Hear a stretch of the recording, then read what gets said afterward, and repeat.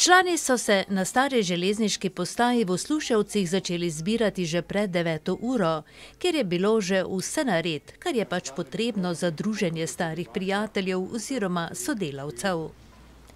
Društvo Prleški železničar je bilo ustanovljeno letos pomladi z določenim namenom. Naše poslanstvo društva je združevanje prlekov na različnih področjih, predvsem pa zbiranje predmetov železniški in pa tudi prleški. Kako dolgo že obstajate? Formalno spajamo od letošnjega leta, drugače pa neformalno naša druženja že se vrstijo vrsto let in lahko rečemo, ker naše poslanstvo izhaja od neke zgodovine, je tudi naše društvo že ima neko zgodovino. In kdo so pravzaprav vaši člani, odkot prihajajo? Naši člani so predvsem prleki železničari, ampak naš moto je ne samo biti prlek železničar, ampak tudi ohranjene dediščine, prleške železničke, tudi kakšne drugačne in v bistvu je na nek način prost stop za interesente. Torej tudi simpatizerji železničarstva, potem vožnje z vlakom, recimo, lahko pridajo in se včlanijo. Vsekakor, če kdo spremlja te zanesenjake, pa to lahko ugotovi, da večinoma te zanesenjakov ni železničarov, ampak so iz drugih področij in pa dajo še dodatno vrednoto tem našim aktivnostim. In čemu služijo takšna srečanja, kot je to danes tukaj v Sluševcih? Ja, tako kot sem že prej rekel, predvsem druženje, povezovanje, obujanje spominov. Naš čar naj bi bil, ki izhaja iz železničarja, da v bistvu obujamo železniške zgodbe. To je neki posebnost, predmet ga lahko najdeš, ga nekaj ohraniš, ga gledaš, ga ocenjuješ, ampak zgodba pa je čisto nekaj drugega. Društvo Prleški železničar je v času od ustanovitve v upravljanje in skrb prevzelo muzejski vagon. Gre za madžarski potniški vagon drugega razreda s številnimi zelo lepimi detajli. Nazadnje so ga uporabljali delavci železniškega gospodarskega podjetja kot potujočo bivalnico. Pred leti je bil predviden za obnovo kot dodaten vagon za štajerski muzejski vlak.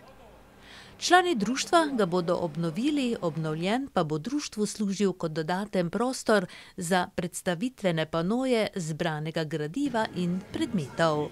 Zelo lepo pa so v tem času uredili tudi železniško postajo v Sluševcih, ki trenutno služi kot razstavni prostor.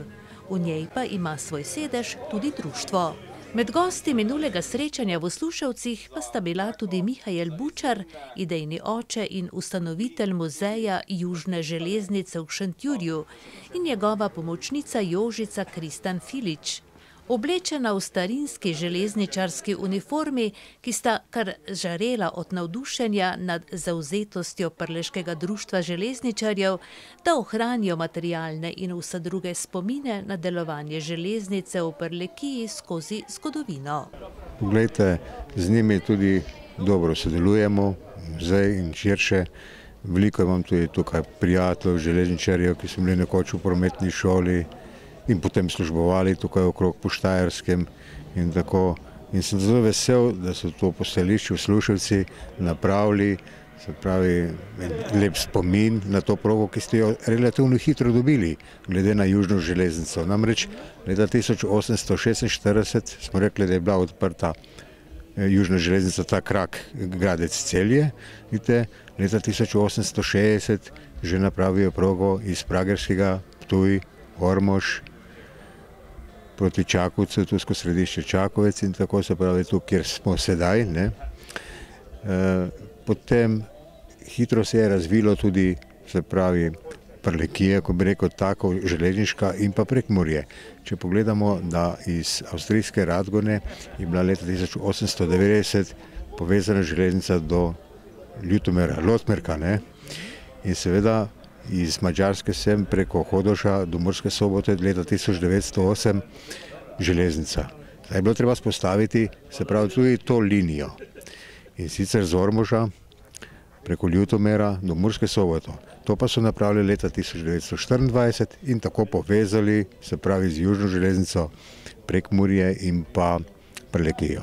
Mihael Bučar, danes častni občan občine Šentjur, je svoje življenje posvetil železnici, ki že 168 let povezuje Dunaj in Trst. Kar 40 let je zbiral predmete, ki so tako ali drugače povezani z južno železnico. In leta 2000 mu je s pomočjo domače občine uspelo napraviti celo muzej. Kmalu je dobil tudi zavzeto sodelavko. Aktivno sem se vodji pridružila najprej na izobraževanju pred 3 leti.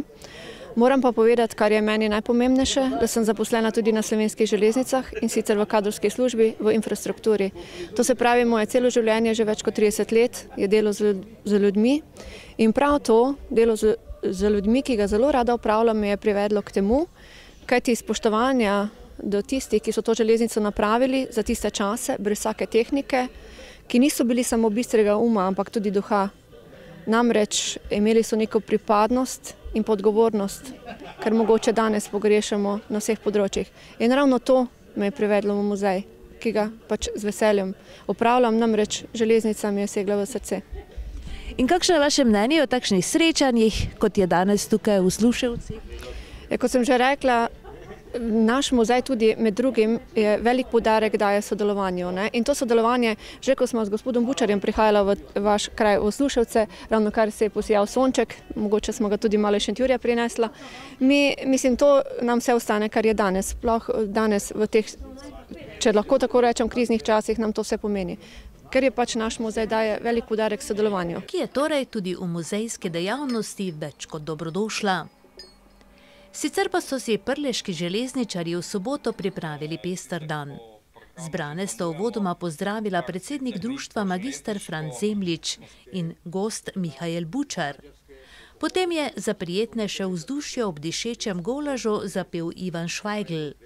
Po krepčilu pa so se vsi skupaj odpravili v grad v Veliki nedelji, kjer so si pod strokovnim vodstvom ogledali etnološko zbirko. Potem pa so se odpravili še na degustacijo vin k Silvotu na Podgorski vrh.